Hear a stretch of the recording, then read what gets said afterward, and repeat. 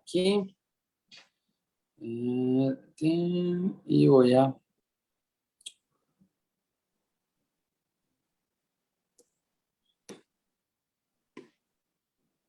Por lo menos para... Sí, para la presentación, sí. Bueno, ya estamos en vivo. Listo. Ya ahí estoy. Listo.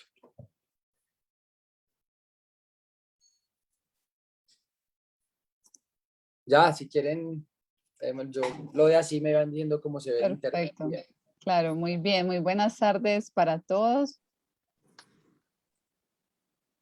Esperamos se encuentren muy bien. En nombre de la Corporación Académica Ciencias Básicas Biomédicas, les damos una cordial bienvenida a este espacio denominado Aula Abierta, un espacio de divulgación social del conocimiento en el que cada mes compartiremos conferencias con temas de interés a través de esta red social. Para quienes nos acompañan por primera vez, la corporación es una unidad académica de la Universidad de Antioquia que ofrece posgrados y programas de educación continua en ciencias básicas biomédicas. En la descripción del en vivo van a encontrar un enlace con información sobre la corporación. En un ratico se las organizamos ahí en los comentarios. En el día de hoy, 24 de agosto, en Aula Abierta CCBB, abordaremos el tema alteraciones genéticas en el gen BRCA2 y su relación con el cáncer de mama en caninos. Para hablar de este tema nos acompaña entonces el profesor Luigi Mateo Arango Vázquez. Él es médico veterinario de la Corporación Universitaria Remington, es magíster en Ciencias Básicas Biomédicas de la Universidad de Antioquia y actualmente es docente e investigador de la Corporación Universitaria Lasallista. Antes de dar paso a nuestro invitado, les informo cómo será la dinámica del encuentro. Estimamos una duración aproximada de 50 minutos. Durante este tiempo podemos ir respondiendo las preguntas que vayan surgiendo de acuerdo a lo que el profesor nos está compartiendo. Y estas preguntas, por favor, las escriben en los comentarios en Facebook para poderlas yo transmitir al docente. Por último, les pedimos el favor de diligenciar el formulario de registro que también les vamos a compartir en los comentarios. Doy paso entonces al profesor Luigi Mateo. Buenas tardes, profesor. Esperamos se encuentre muy bien y por favor cuéntenos sobre las alteraciones genéticas en el gen BRCA2 y su relación con el cáncer de mama en caninos. Bueno, muy buenas tardes para todos. Antes que nada, y saludarlos. ¿Me están viendo bien? Estoy bien enfocado porque como tengo ya como la presentación, no me estoy viendo. Entonces me dicen si está ahí todo en orden, ¿cierto? Sí, está todo en orden, sí. ¿Están viendo la presentación? Sí. Ah, qué rico, bueno. Hoy qué bueno estar acá realmente con ustedes, con las personas que nos van a acompañar. Es realmente grato siempre estar ahí de la mano con el alma mater de uno, con quienes le han dado todo este bagaje a uno realmente que son ustedes. Me alegra sobremanera, realmente es un sentimiento bien honesto. Y bueno, vengo por acá a compartirles varias informaciones, pero voy a tratar de hacerlo ameno.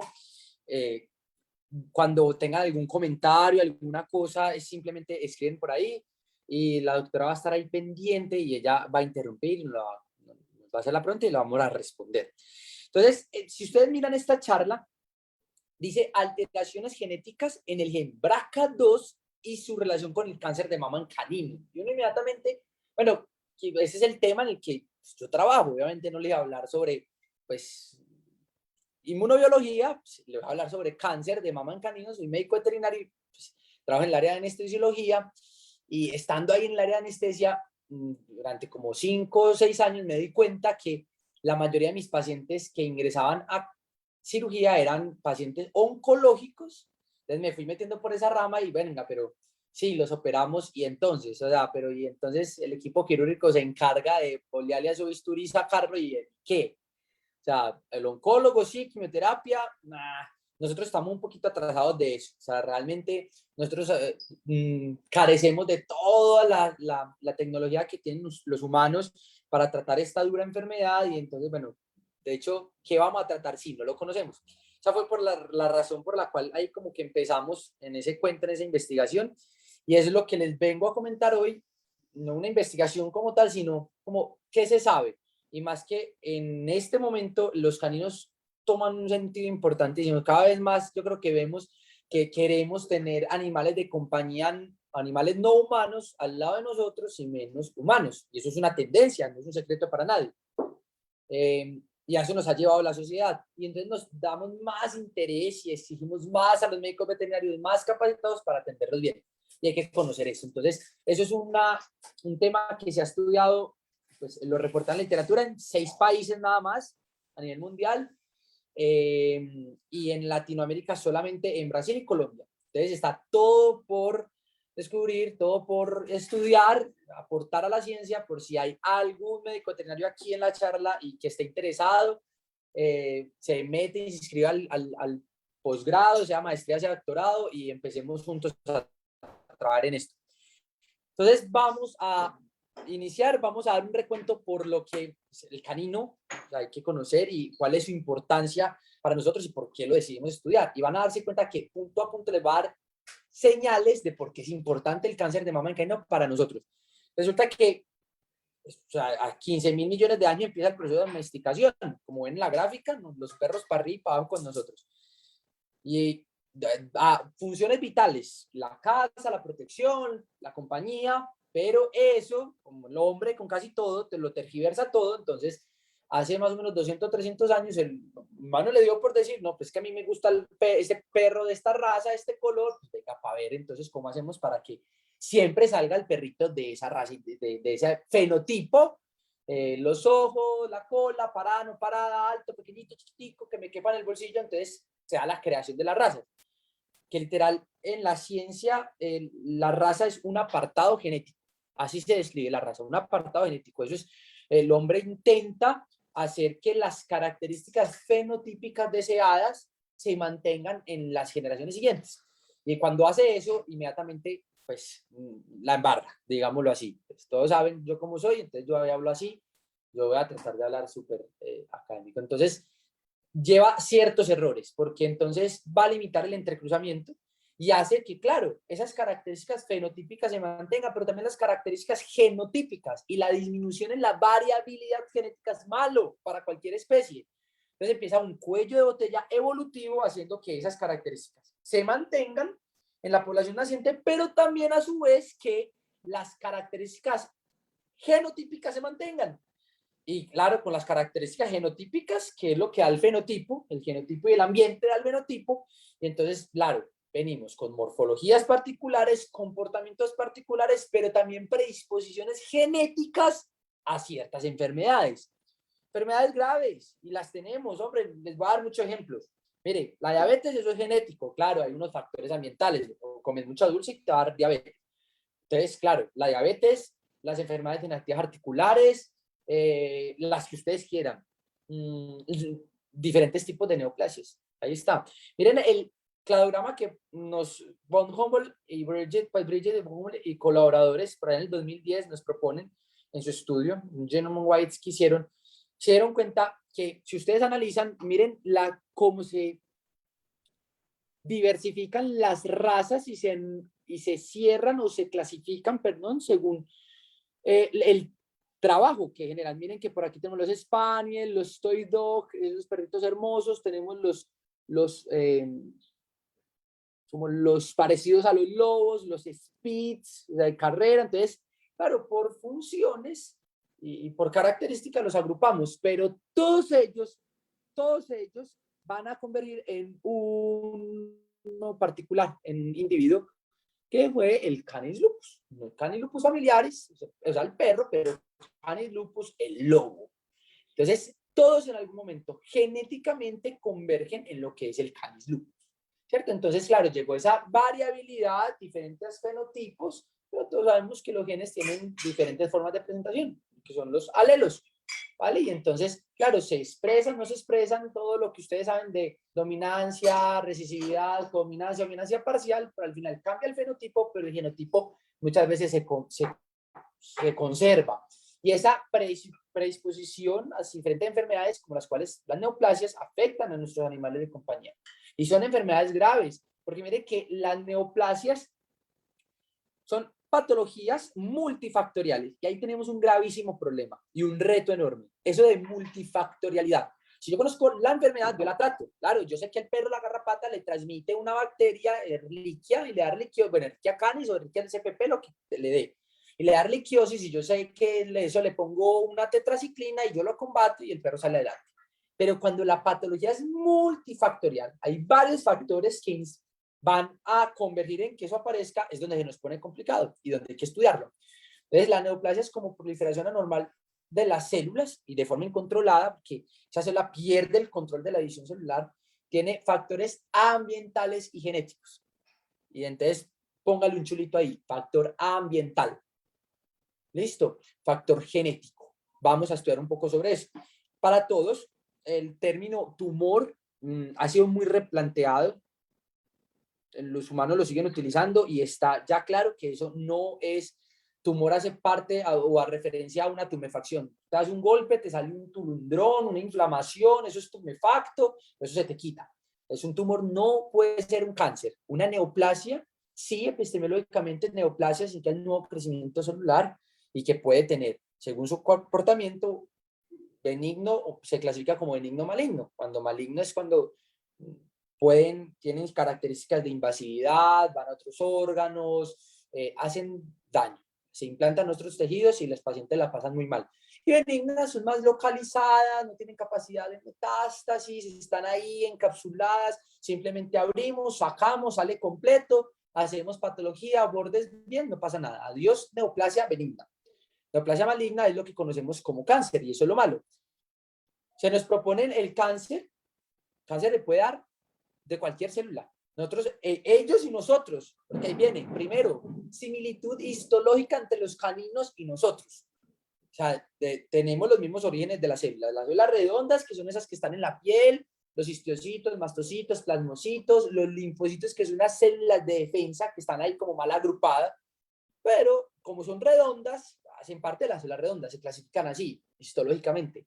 Las células mesenquimatosas, ahí están las células madres, osteoblastos, condroblastos, fibroblastos y las células epiteliales, las que recubren la piel, los tractos, las serosas, las glándulas. La glándula mamaria, entonces nos metemos más. Ojo, glándula mamaria. Humanos tienen 2, claro. Perros tienen 8, 6, 8. O sea, realmente empezamos vamos a ver que, bueno, Mateo, ¿por qué arrancó la charla diciéndonos que es que él veía que casi todos sus pacientes entraban a anestesia por alteraciones o neoplasias mamarias? Unas eran buenas y otras uno las veía y uno decía, oh, esto es más malo que 3, ¿cierto? Es la expresión que tiene todo médico, es algo natural en uno. Pero claro, porque es que primero ahí está la mama y si vemos anatómicamente, la mama tiene muchas células, diferentes tipos de células. Primero, tiene células epiteliales, claro está, porque están ahí como en la glándula y recubren esa o dan sostén a esa capacidad de almacenar, producción, almacenamiento y eyección de la leche. Entonces tenemos células epiteliales y mioepiteliales. Pero alrededor de la mama hay unas células de sostén. Y esas células de sostén son mesenquimatosas. O sea que la mama tiene células epiteliales y células mesenquimales. Y a mayor número de células, mayor probabilidad de que esas células se me enloquezcan y me genere patologías como proliferación anormal y control de las células, es decir, neoplasia. Y las humanos teniendo mamas, tanto hombres como mujeres, que el cáncer de mama también se reporta en hombres, muy escaso, pero se reporta y normalmente se reporta con malignidad, según GloboCan en el 2018, pero en caninos tienen 8 pares y uno dice 8 posibilidades. O sea, y a cada par y a cada lado 16 posibilidades. ¿Cuántas células hay ahí que pueden verse afectadas por factores ambientales? Y vamos ahorita a hablar un poquito de la fisiología de esa mama. Antes de pasar a esto, que es epidemiología, me vuelvo, qué pena, iba a haber una cosa ahí. Miren, ¿Cómo funciona la mama? Fisiológicamente, la razón por la cual a las mujeres cada vez que están en el ciclo estral hay un crecimiento, una evolución e involución de la mama es porque obviamente los estrógenos, ahorita vamos a ver eso, están involucrados en el crecimiento de la glándula mamaria. Ahorita vamos a ver que los estrógenos hacen muchísimas cosas, claro, la progesterona también, pero principalmente el estrógeno se comporta como un factor de transcripción y entonces empiezan diferentes proteínas, el crecimiento epidérmico, crecimiento insulínico, y esa mama empieza a crecer y duele, ¿cierto? Es lo que reportan las mujeres y uno también cuando la hembra está en el ciclo estral, la canina, también entonces uno palpa y es esa glándula mamaria hiperplásica, tumefacta, que inclusive si se carga de leche le va a dar mastitis. Entonces, si miran, esa mama, esas células están, cada que hay un ciclo estral, en involución y evolución, involución y evolución. Eso es un factor de riesgo. Ese crecer y decrecer, crecer y decrecer, esa inflamación que se genera, al final es uno de los factores ambientales y vamos a verlo cómo. Entonces, la mama, posibilidad enorme de neoplasia. Mate, ¿eso es cierto lo que estás diciendo? Sí, claro. Las neoplasias de la glándula mamaria, según los diferentes investigadores desde el 2018, que es como lo último que hay, desde el 2008, que se empezó a reportar y empezó a tomar interés como la oncología veterinaria, llamémoslo así. Si ustedes miran, en el 2018, la piel 32.9%, 32.3%, perdón. Ay, sí, claro, así que gracias. La piel es el órgano más grande del organismo. Más grande. El de más lleno de células, sí, claro, pues tiene que ser la piel. Es el órgano más grande con más tipo de células redondas, histiocitos, plasmocitos, las células epidérmicas, pues obvio. Y si ustedes miran, según estos señores, la mama 20.53. Ah, sí, más que los tejidos blandos. Pero venga, vamos al 2017. Bayoni, la mama, casi el 50%. Bayoni, ah, sí, aquí segundo. Aquí está la mama, aquí está la mama, aquí está la mama y aquí está la mama. Muy bien. Claro, esta epidemiología me van a decir, Mate, pues es que si vos tenés un grupo de 200 perros donde 150 son hembras, pues obviamente vale barba, pues mayor probabilidad de que tengas neoplasia mamaria con mayor frecuencia. Eso depende del estudio, pero son los estudios que hay. Espero que no tengan ese sesgo. Nos pondremos a leer, yo me lo leí, ustedes también lo invito, está la bibliografía para todos ustedes. No tienen ese sesgo porque es aleatorio. Pacientes con neoplasia llegaron, machos y hembras, y la mama es uno de los órganos que con mayor frecuencia se ven afectados por esos procesos neoplásicos. Entonces vamos paso a paso viendo caninos, importancia en nuestra vida, sufren patologías, o sea, sufre patologías en un órgano como la mama que tienen 8 a 10, ahí vamos, por eso lo vamos a empezar a estudiar. Y se pone más interesante. Dice Adams y su grupo y Salas en el 2015 y su grupo dice que las neoplasias mamarias son las más frecuentes en canino hembra. Aquí no está el sesgo por canino hembra o macho. Aquí ellos nos dicen en hembras, si vamos solamente a las hembras, la mama es lo más común, pero venga, por encima de la piel, sí, por encima de la piel. Y eso es malo. Y mire lo que le tengo aquí. Los caninos, al igual que los humanos, desarrollan de forma espontánea y por agregación familiar, es decir, por componentes hereditarios, las neoplasias mamarias. Estos señores en el 2017 se atrevieron a meter junto con los caninos los humanos. O sea, que no es tan loca esa gente que empieza a estudiar los caninos porque necesitan cómo estudiar esas patologías en humanos. Claro, y vamos a ver por qué dicen que al igual que los humanos. Datos importantes, hasta el 70.5% de prevalencia del cáncer de mama en hembras, mortalidad de hasta el 27%. Adams en el 2010 y su grupo dicen que es la causa más común de muerte en caninos hembra después de los 10 años. En algún momento, otro de nosotros, ojalá un psicólogo que entre a este posgrado, va a empezar a estudiar los efectos emocionales que sufren los humanos cuando nuestros animales están enfermos. Hace un año se me murió mi perra de hemoparásitos, exactamente hace un año, y yo bajé 20 kilos de cuenta de eso. 20 kilos bajé de cuenta de eso. Y tuve que ir al psicólogo, porque los caninos están involucrados en nuestra vida. Entonces, ¿cómo será la importancia de saber que este cáncer es la causa principal de muerte de caninos a mayores de los 10 años. ¿Cómo va a afectar eso indirectamente en nuestra sociedad? Punto importante y punto de investigación para nuestros compañeros.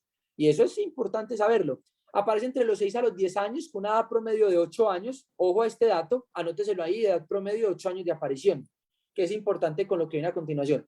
Más frecuente en hembras con viabilidad reproductiva, es decir, no esterilizadas, claro, porque la ovaristerectomía, o sea, la esterilización, es un factor de protección hasta el tercer ciclo estral. En el Sorendo en el 2011 nos dice, vea, señores, esterilizar antes del primer calor disminuye en el 99.5% la presentación de neoplasias mamarias. ¿Pero por qué? Porque le quitamos el factor ambiental, le quitamos los factores que yo puedo controlar, los estrógenos. Entonces, este 99.5% está relacionado con la aparición de neoplasias de glándula mamaria de forma espontánea, o sea, por factores ambientales. Entonces, hablando de, no sé, de piel, entonces la exposición a la radiación ultravioleta, cáncer de colon, entonces el consumo de PIC, carnes rojas, en mama, entonces son los estrógenos, ¿vale? Y cuando pasa el segundo y el tercero, la protección de la ovariesterectomía bajando al 20% y al 5%. Después del cuarto calor, ya eso no es un factor de protección. Ojo, que entre el 15 y el 20%, entre el 15 y el 20% del desarrollo de neoplasias de glándula mamaria son por factores que yo no puedo modificar, es decir, factores genéticos. Ahí no se mete la ovaristerectomía. Así usted le realice la ovaristerectomía, le va a dar sí o sí. Y lo evidenciamos. Tuvimos en una investigación que hicimos de mi tesis de maestría pacientes de 1 año con cáncer de mama. Factor ambiental no creo que haya. Y tuvo variantes genéticas de interés que ahorita les voy a mostrar. La raza es considerada como un factor de riesgo, claro, ese componente genético lo da. Señores, las neoplasias mamarias presentan diferencias histológicas, fisiológicas, etiológicas, perdón, claro. Son muy diferentes. Miren esta hembra, canina con neoplasias mamarias, 2 diferentes tipos de neoplasia mamaria. Claro, porque es que las mamas tienen unos componentes celulares diferentes. Tienen 2 grupos epiteliales y un grupo mesenquimal. Y estos pueden generar neoplasias mamarias y simplemente damos eso en humanos se llama cáncer de mama bilateral asincrónico. De ahí viene el concepto. Cáncer de mama bilateral asincrónico, y es que tenemos un tipo de neoplasia acá diferente acá. Y acá puede que haya más malignidad que acá, o inclusive esto ser benigno, esto ser maligno, o las dos ser malignas, pero esta es más agresiva que esta. Y ambas hay que identificarlo. Miren acá, las neoplasias malignas representan entre el 54 y el 95% del total de las neoplasias de glándula mamaria en caninos. 95% pueden ser el cáncer de mama y se clasifican tanto por los tipos histológicos como por los receptores hormonales. Claro, los receptores hormonales exactamente igual que en los humanos y va a depender de la expresión inmunohistoquímica de los receptores de estrógeno y progesterona. No voy a andar mucho ahí. Simplemente, si tiene un no receptor expresa inmunohistoquímicamente receptor de estrógeno o progesterona, se clasifica si es luminal o no luminal, y obviamente aquí si tiene o no tiene, aquí tenemos los 4 grupos. Cuando sí hay receptor de estrógeno y progesterona, por ejemplo por acá, entonces es luminal B, si es junto con HER2, que es otro marcador de crecimiento y proliferación celular. Si tiene receptor de estrógeno y progesterona, pero no tiene HER2 luminal A, o por aquí están los que no expresan receptor de estrógeno y progesterona. Eso es importante. En humanos, saber si tiene receptor de estrógeno o progesterona nos va a indicar qué terapéutica citotóxica y antineoplásica puede recibir. Porque, por ejemplo, si es una neoplasia que es de receptor de estrógeno positivo, muy seguramente yo le voy a dar un antagonista de eso. Entonces yo le doy tamoxifeno, raloxifeno, todo lo que ustedes quieran. Si no, y es, por ejemplo, triple negativo o basal, dice, la tenemos complicada, porque la terapéutica orientada a ir al receptor para que no se siga generando el estímulo de proliferación no va a dar. ¿Por qué lo quise meter acá? Pues porque en veterinaria no se hace eso. En veterinaria solamente se hace la clasificación propuesta por Goldsmith en el 2010, donde es una clasificación histológica, donde tenemos neoplasias malignas epiteliales tipos especiales, mesenquimales y tenemos neoplasias benignas, porque pues existen también neoplasias mamarias benignas. Y cuando nosotros como médicos veterinarios trabajamos con esto, pues entonces no tenemos en cuenta si hay receptor de estrógeno, de progesterona, si le podemos dar uno de estos compuestos. Venga, aquí la primera pregunta. En humanos, en veterinaria se ha evaluado estos antagonistas de los receptores de estrógeno, o sea, el tamoxifeno. Lo sabemos, claro, no trabajamos con ellos. ¿Por qué? Porque simplemente nos vamos a decir, eso es cáncer.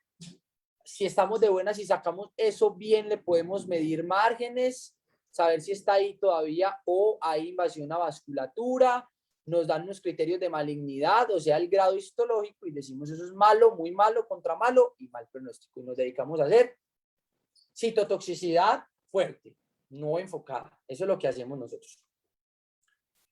Entonces, claro, y dejamos a un lado, nos dedicamos a sacar y tratar y nos vamos a lo que es las causas de esto. Así de feo es, las causas de todo esto. Tiene una mama afectada, mama afectada, mama afectada, mama afectada, y la foto me quedó, no sé, pero por aquí afectada. Miren todas las mamas que tiene afectada este canino. Entonces, como les decía al inicio, las neoplasias mamarias son multifactoriales con etiología compleja. Hay unos factores modificables y unos factores no modificables, unos factores ambientales, llamémoslo así, que explican entre el 80 y el 85% de la aparición de esta enfermedad. La nutrición, claro, está estudiado. El estilo de vida, sí, claro. Hormonas, estrógeno y progesterona. Y esto es lo principal en cuanto a los factores modificables. Y los factores no modificables aquí que explican entre el 10 y el 15% de estas patologías, entonces tenemos el factor genético. Claro, ahorita estamos estudiando, me dirá si el profesor Carlos Mario Muñetón está por acá, me dice, ay Mateo, no aprendiste nada. Y entonces, ¿dónde está la epigenética? Sí, claro, también está ahí. Solamente que eso es de ahorita, de hace unos pocos años, y lo están estudiando los humanos primero para nosotros arrancar, ¿cierto? Pero ya sabemos también que la epigenética obviamente me va a afectar todo lo que es el proceso de replicación, transcripción, traducción y el daño proteico. Eso está claro, pero metámonos en la parte genética. Ojo, estrógenos que mencioné que era lo principal. Aquí ya les expliqué la mama cómo funciona. Viene el ciclo estral, ovarios producen estrógeno que da miedo. Esos estrógenos van, como eso es grasa, eso es súper fácil de que atraviese la membrana plasmática, la membrana nuclear. Cuando llega al núcleo tiene un lugar propio en el que se une y funciona como un factor de transcripción. Entonces ahí es donde viene que hay unos efectos no genómicos y genómicos de los estrógenos. Porque entonces ahí vamos. Va y me sirve como un factor de transcripción para proteínas de crecimiento. Claro, y por eso es que fisiológicamente la mamá crece. Entonces la mamá está aquí, la mamá se puso así. Involución, y cuando disminuye, esta mama vuelve a regresar a su tamaño. Pero ojo, ojo, que hay un problema mayor con esto. Y es que los estrógenos van a activar unos protooncogenes que obviamente cuando se activan quedan oncogenes como los de la familia MIC.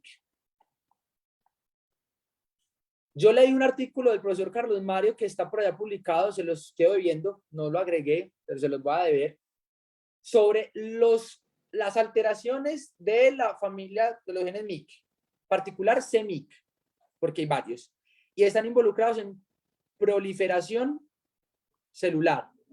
O sea que allá aquí los estrógenos no solamente van a estar involucrados fisiológicamente, sino fisiopatológicamente en la proliferación incontrolada de las células que hace que aparezca ¿qué? Las neoplasias mamarias.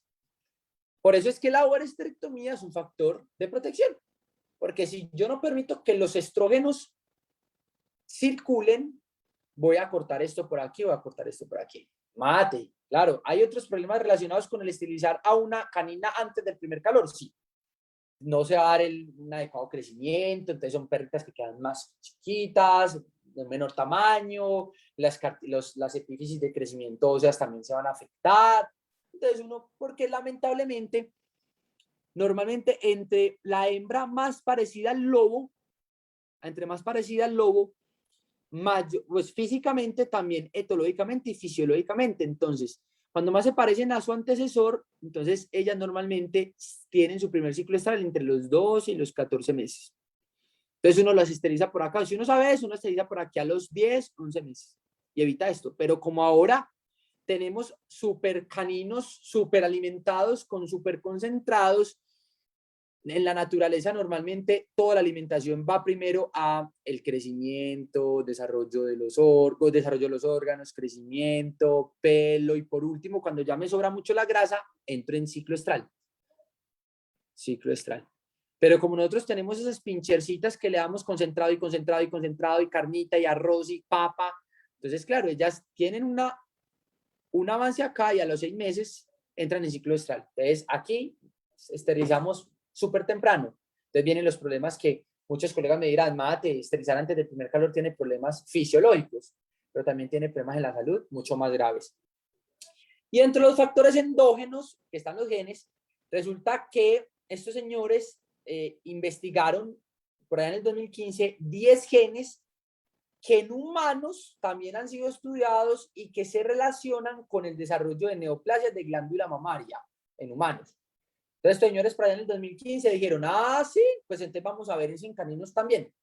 Y resulta que investigaron, cogieron caninos con neoplasias mamarias y se dieron cuenta que solo BRCA1 y BRCA2, o sea, los genes del riesgo al cáncer de mama tipo 1 y tipo 2, presentan evidencia estadísticamente significativa en su asociación. Esta palabra es muy arriesgada, porque el N muestral de ellos fue baja, porque no creo que esté bien, pero así está. Y no lo traduje en Google Translator, dice asociación. Pero digamos que puede ser también la palabra relación. Está relacionada con la aparición de neoplasias mamarias en caninos. Y eso lo apoya también Borges en el 2011, ya lo había medio mencionado, esto lo comprobaron, y Maues y colaboradores en el 2018. Y Rivik en esta gráfica y colaboradores en el 2009 nos muestra cómo BRCA1 y BRCA2 están relacionados con la reparación del daño al DNA.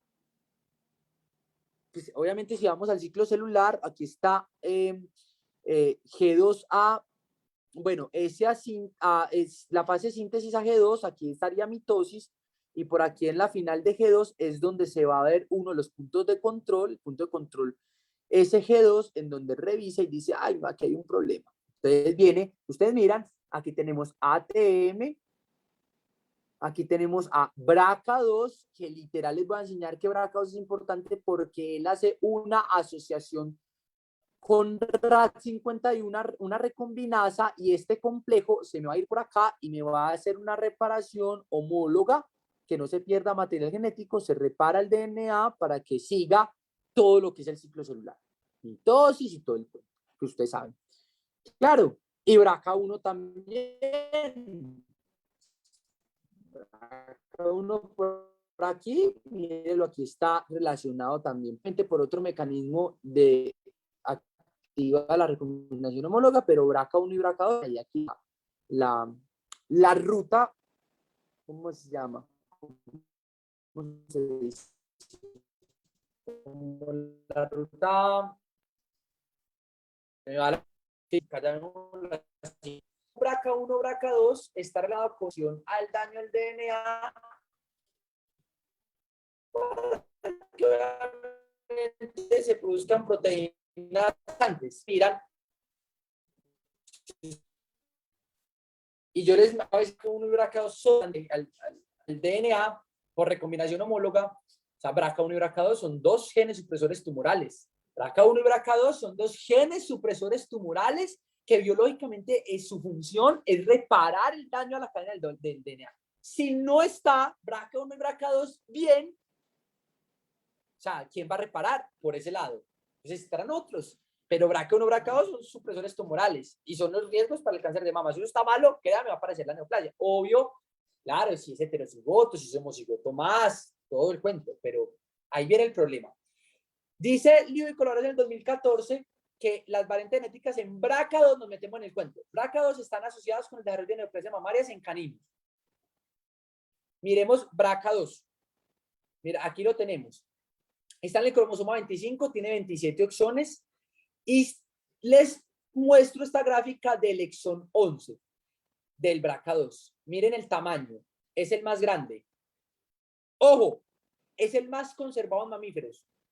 En genética, cuando un gen, un exón son conservados en los mamíferos, es porque eso cumple una función importante. Eso no es de gratis. Que si no sirviera, eso se va a ir por allá hasta que se pierde.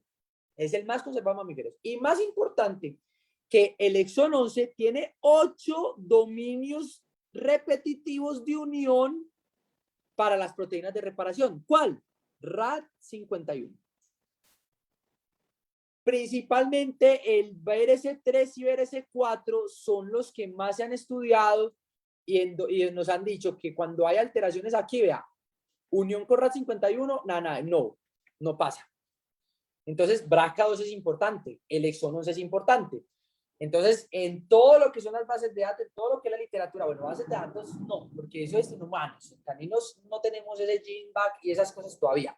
Entonces, nos toca artículo por artículo. Se han reportado variantes genéticas en BRCA1 y BRCA2. Claro, BRCA1 también es importante, pero vea aquí BRCA1 y BRCA1. De resto, BRCA2. Yo sé que en humanos se han estudiado más BRCA1.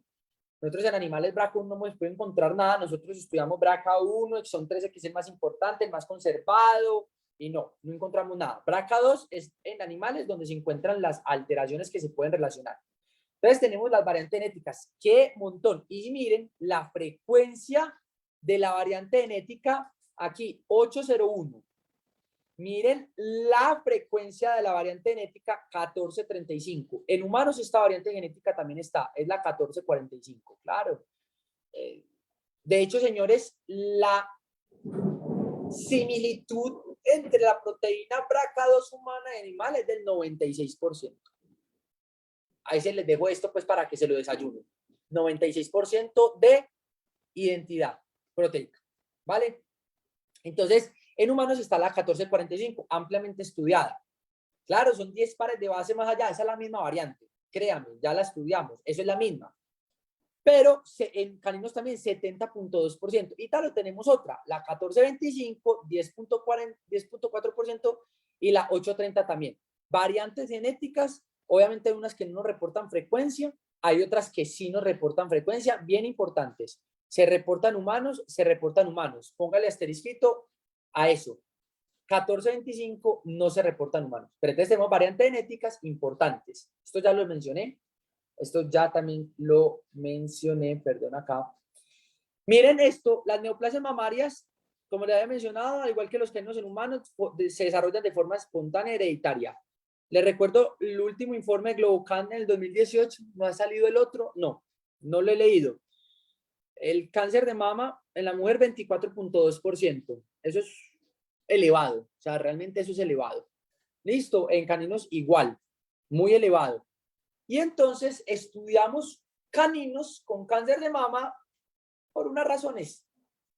Resulta que en el 2015 dijeron, el canino ha sido postulado como el modelo de estudio en la oncología comparativa. Y entonces resulta que estudiaron en humanos BRCA2 y se dieron cuenta, BRCA, BRCA2 y se dieron cuenta que tenía variantes 801, 1445. Ajá, ¿y esto qué? Ah, sí, se quedó ahí. ¿Qué importante tiene eso? Ya lo vamos a ver. ¿Cierto? Porque en caninos también está. Y es propuesto como el modelo de estudio en la oncología comparativa, primero porque obviamente tienen variantes genéticas que van a estar asociadas al desarrollo de neoplasias de glándula mamaria que aumentan el riesgo del desarrollo de esa patología, igual que en los humanos. Entonces, similitud con los humanos. Las neoplasias tienen variabilidad histológica, sí. Tienen comportamientos biológicos diferentes, sí. Pero el canino, al igual que el humano, comparten similitud histológica, fisiológica, genética. Y también, ojo, comparten con los humanos los mismos factores ambientales. El humano está expuesto a lo mismo que el canino. Y la maravilla es que el canino expresa el cáncer sin tener que inducírselo. Claro, cogemos roedores, lo metemos en un laboratorio, interesantísimo, así se hace la ciencia, pero tenemos que inducirle la aparición del cáncer. Hay que injertárselo, si no, no le va a dar. Y eso genera un sesgo, nos permite estudiar. No quiero ofender a nadie, ni mucho menos. Eso permite estudiar, claro, obvio, pues así ya se lo hacemos todo. Pero el canino no.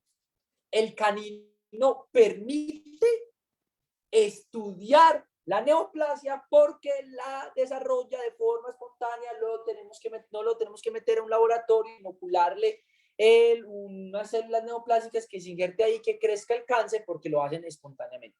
Y lo hacen espontáneamente porque lo alcanzan a desarrollar con la edad, porque tienen los mismos factores que nosotros, porque el mismo humo del cigarrillo, porque la misma exposición a las poliacrilamidas de las papas fritas que le damos y todo lo demás. Casi que toman alcohol con nosotros, porque me han llegado casos de perros enguayabados.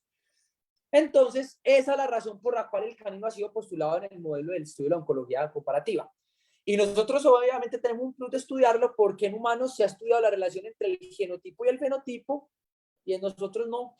Entonces hay que empezar a conocer esto. Y entonces viene lo candente. Ojo, aquí 801. Ah, no, aquí, espera, yo como puedo borrar, es que no me puedo salir de aquí. Bueno, voy a tachar aquí, pues porque no puedo borrar. Me salgo de la presentación. Ojo, entonces, ya sabemos importancia de BRCA2. Exón 11. 8 dominios repetitivos. BRC3. BRC4.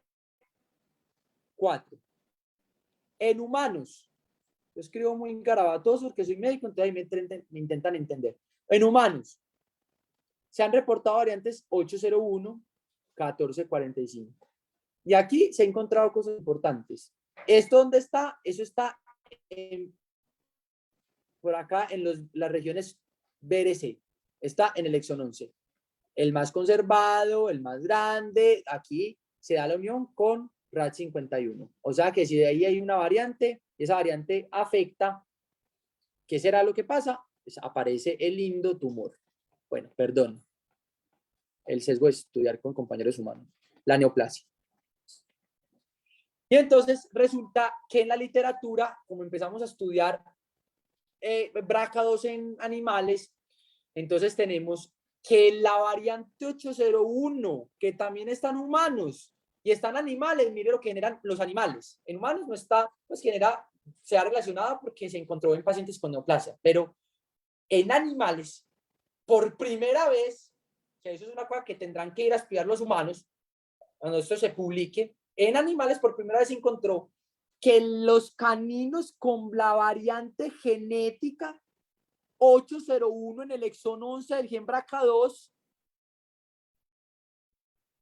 se relacionó con una disminución en la aparición de la neoplasia.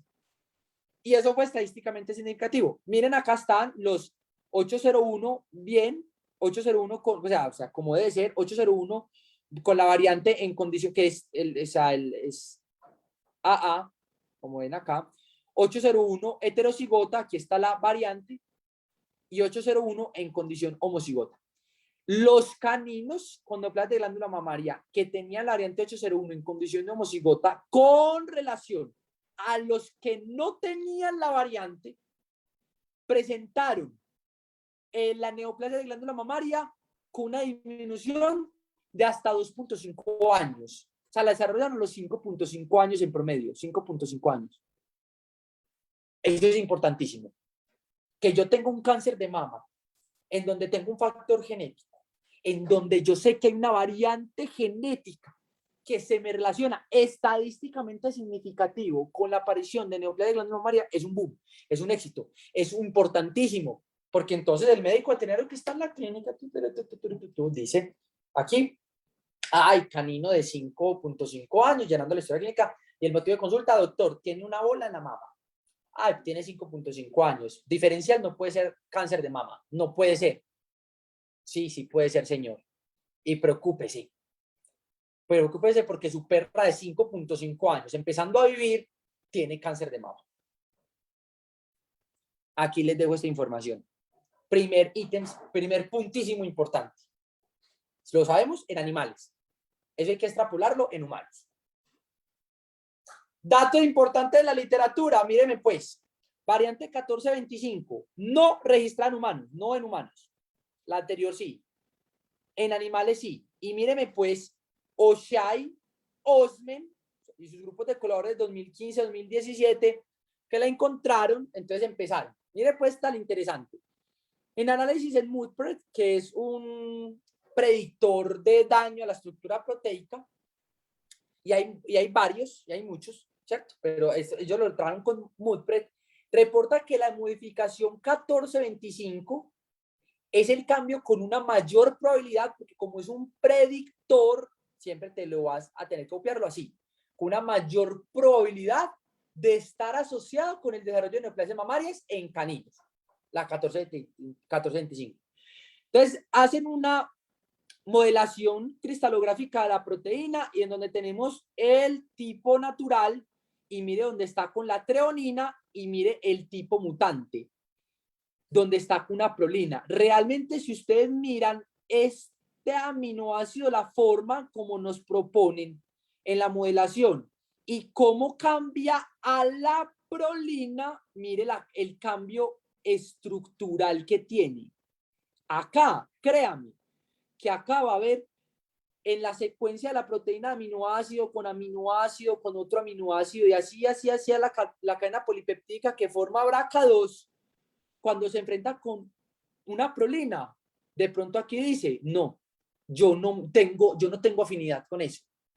Entonces simplemente no se alcanzan las estructuras terciarias y cuaternarias y la proteína no es viable.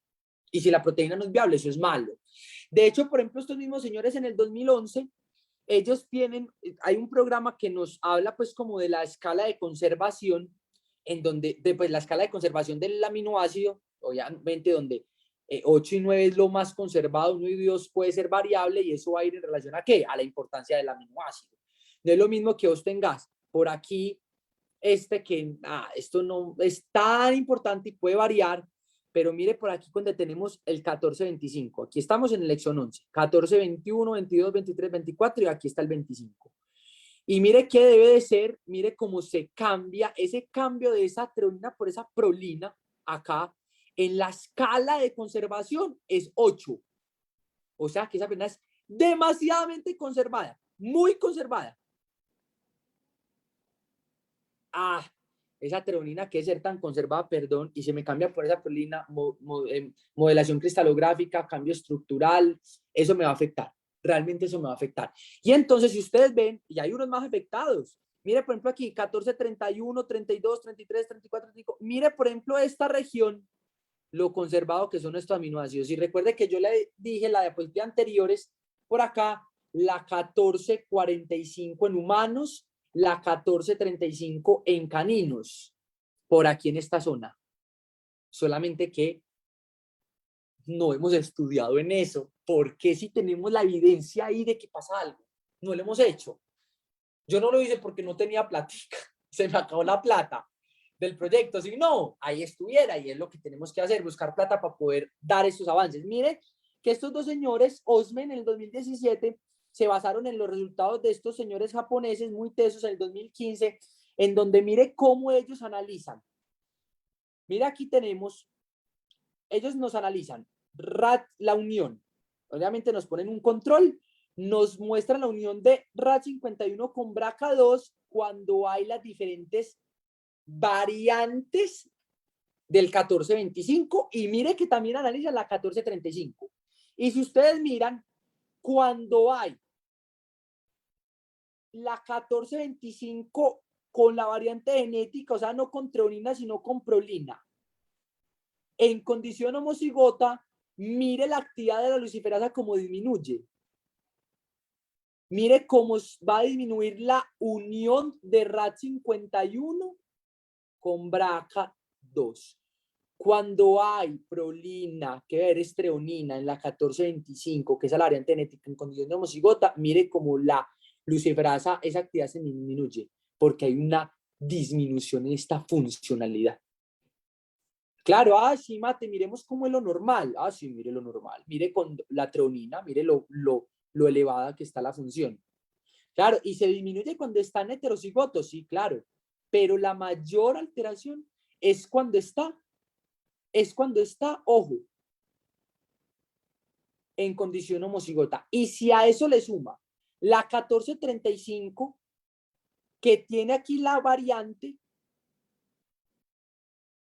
muchísimo más. 1425 y 1435, en caninos, problema. En humanos, 1445, estudiada. 1425, no.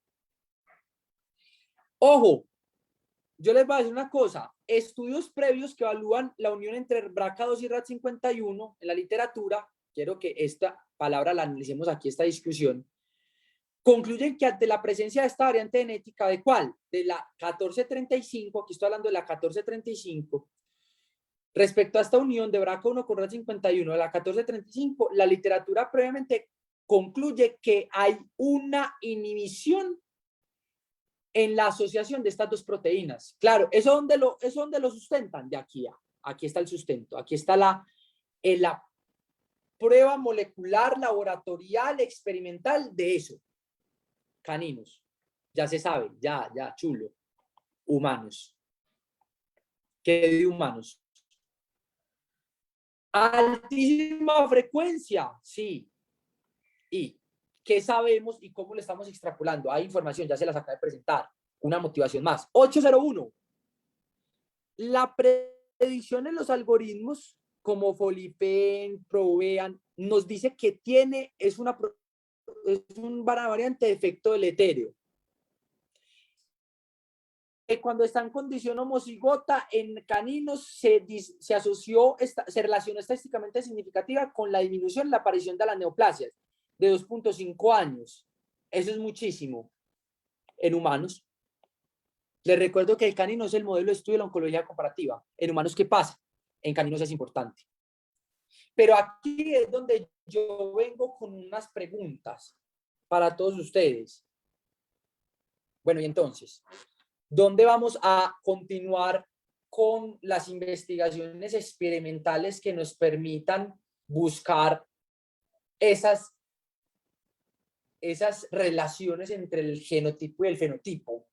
Pues que el fenotipo es lo que se expresa. Pues claro, usted lo ve llegar con cáncer de mama, obvio. Mujer de 45 años, abuela y mujer de 45 años,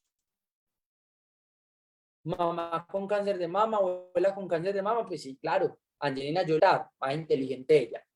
Pero entonces, eso lo vemos, el fenotipo. ¿Y el genotipo qué? ¿Qué es la base del fenotipo?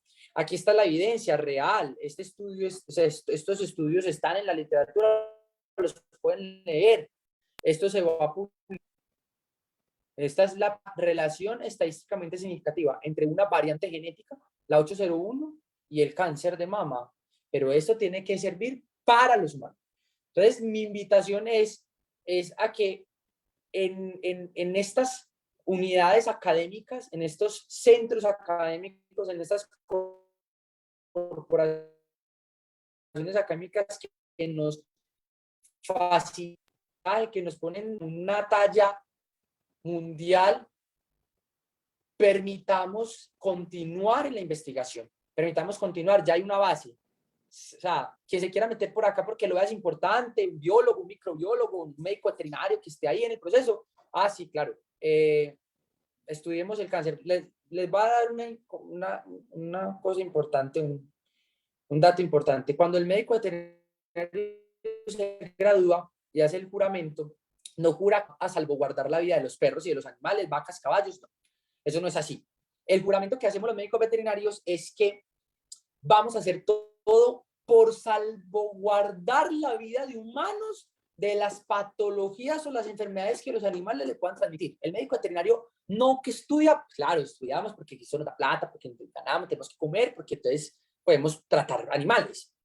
Pero eso va enfocado y cada vez más va a ir enfocado en la salud pública, en la protección al humano, el conocer las enfermedades y ahora coger el canino como el modelo de estudio en la oncología comparativa con esta evidencia y venga, vámonos para los humanos. Démosle herramientas a nuestros colegas humanos, a nuestros colegas biólogos, a nuestros colegas microbiólogos para poder conocer un poquito más esto. Es mi invitación, es una breve exposición, yo lo sé, con muchísimo amor para la comunidad y que podamos de aquí para allá motivarnos y continuar. Les quiero realmente agradecer por este espacio que me dan. Siempre voy a estar agradecido por mi corporación, a mi universidad también que me permite seguir investigando. Aquí seguimos investigando sobre el cáncer de mama, vamos para adelante. Estamos sacando pues ese panel, tenemos un panel de las variantes genéticas más frecuentes en caninos, la 801, 830, 1425 y 1435, la cual puede ser aplicado a caninos con el objetivo de que los criaderos puedan realizarla y puedan identificar los pacientes que tienen las variantes genéticas que estadísticamente se han relacionado con la aparición de esta enfermedad y que podamos hacer realmente un control. Pues que no hay una forma de hacer un control sobre esta enfermedad que es detectando los padrones, las madronas que nos van a dar esas variantes que se relacionan y ahí cortar el ciclo, ¿vale? Porque el cáncer es una enfermedad difícil y nos afecta bastante. De nuevo, muchas gracias y estoy a la disposición de todos. Gracias, profesor. Muchas gracias por compartirnos todos los conocimientos que ha venido desarrollando durante este tiempo, no solo en la maestría en ciencias básicas biomédicas, sino pues a posteriori a los estudios. Les recuerdo entonces a las personas que están conectadas realizar sus preguntas en la sección de comentarios de Facebook para que el profesor nos pueda pues compartir esas respuestas, ¿cierto? Me pareció muy interesante toda la intervención y todo el desarrollo de la investigación y retomo algo del final de la presentación y es, bueno, ¿qué sigue? ¿Cierto? ¿Qué sigue con este tipo de investigaciones? ¿Qué esperar de este tipo de investigaciones? Bueno, hay varios puntos, Mariana, al responderte ahí. Bueno, lo primero es que es difícil porque recoger los caninos o tener la muestra para realmente poder tener resultados de alto impacto es difícil.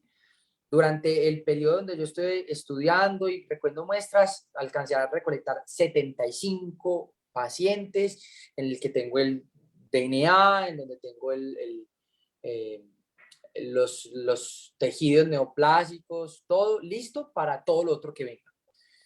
Es difícil por ahí y obviamente necesitamos pues como unirnos entre colegas para poder avanzar y hacer tamaño muestral más grande. ¿Qué viene?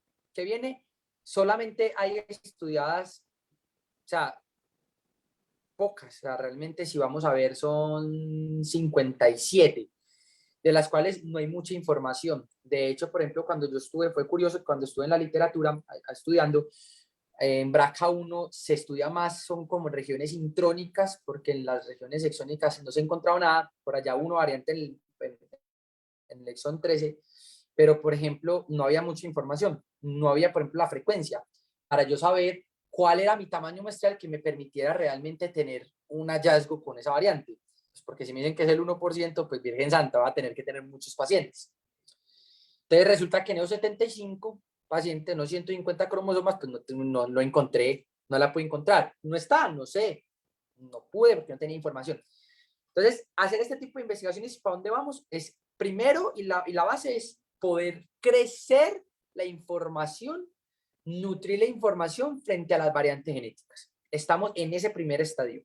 Coger, detectar variantes, hay variantes nuevas que muy seguramente no sabemos, hay otros exones, nosotros por ejemplo estamos en este momento adelantando investigaciones en el exón 27, porque realmente es importante ese, junto con el exón 11, el exón 27, ahí les doy el dato, para el que quiera estudiarlo, tiene unas señales de localización nuclear.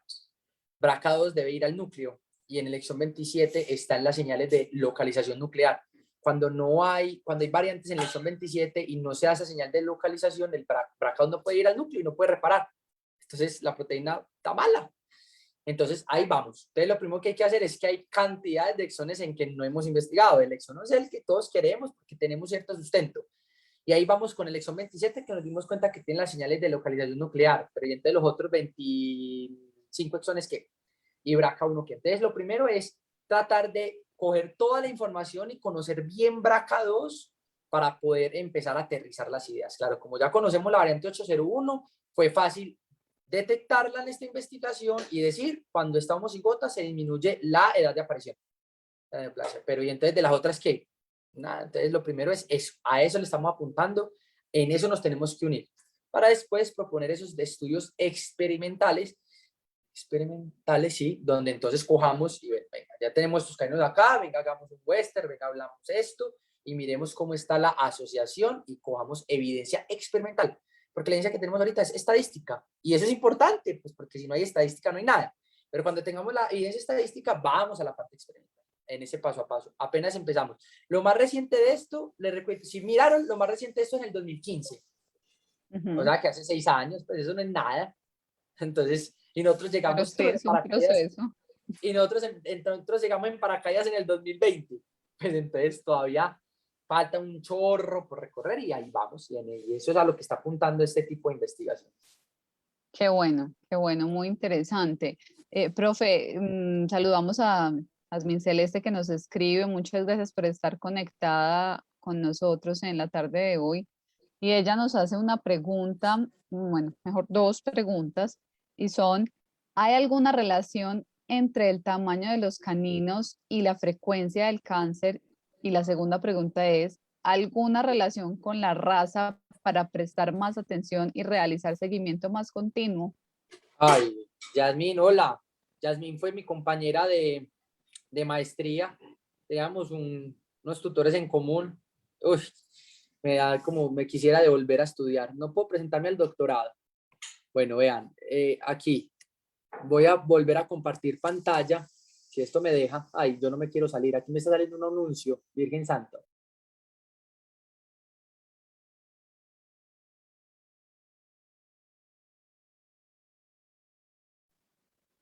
Bueno, el profesor se desconectó, seguramente tuvo alguna falla en el sistema de conexión. Eh, Quedamos pendientes, entonces aquí ya se está conectando nuevamente el profesor. Profesor, ¿cómo está? Pero ahí estoy. Sí. Entonces, respecto a la pregunta de Jazz, voy a poner aquí otra vez esto. Voy a poner aquí otra vez esto para poderles mostrar que sí, nosotros me voy a ir por acá un poquito no a la presentación que tenía, sino a la sustentación de la tesis mía para mostrarles esa 801, miren por acá. Esa variante 801, Yasmín, voy a anotar por aquí de estar. Esa 801 se relacionó, si están viendo mi pantalla, se relacionó tanto con la edad como, por ejemplo, con el tipo histológico. Tuvo una relación estadísticamente significativa con 2 tipos histológicos, pero lo más interesante es que también esa variante 801, mire acá es esta es la variante 801, se relacionó estadísticamente negativo con Pincher y Basset Hound. Y de hecho, por ejemplo, en la disminución de la edad, habían 3 Poodle, 2 Pinscher y 2 Hound, que son los origilargos. Y cuando vamos a mirar todo eso, juntándolo ahí juntico, ahí todos los resultados, nos damos cuenta que entre las razas que nosotros tuvimos en la investigación, que fueron 7 razas diferentes, obviamente otros es pues lo que no fue común, digamos que, no sé, Pitbull, Bull Terrier. Pero entre las razas más comunes, mire aquí, los Poodle. Los Poodle fue la raza más frecuente en nuestra investigación. Los criollos, obviamente, que eso hay que empezar a mirar cómo vamos a hacer para entrar los criollos y caracterizar genéticamente los criollos, que eso va a ser un trabajo enorme, pues porque eso es una mezcla de todo con todo, eso no es un apartado genético, no podemos llamarlo raza. Y la otra raza son los pincher. Y miren acá, cuando cogimos esto, mire, poodle, mire, pincher, Las dos razas más frecuentes fueron las que tuvieron esa variante genética, que se relacionó con la disminución en la edad. Entonces, a la pregunta de ya, sí, sí hay razas, sí. Los poodle, sí. Los pincher, también. Estadísticamente significativo, sí, mire. Los pincher. Entonces, sí hay información. Mire que pues, no quería como meter todo el trabajo ahí porque era como más como de mostrarles las variantes, embracados que se han relacionado, pero sí, sí, señores, aquí está, vea. Efectivamente, sí hay razas. Entonces, ¿por qué no hacer una investigación? ¿Por qué no, por ejemplo, una investigación en donde tengamos 100 pincher con neoplasias de glándula mamaria en un mundo ideal, en un mundo científico soñado, 100, 200 pincher con neoplasias de glándula mamaria y miremos el comportamiento de 801 respecto a la edad, respecto a cómo se comporta como razas? Y venga, sí señor, estos señores tienen muchos problemas ahí. De hecho, si ustedes miran esa imagen que yo les puse en la presentación,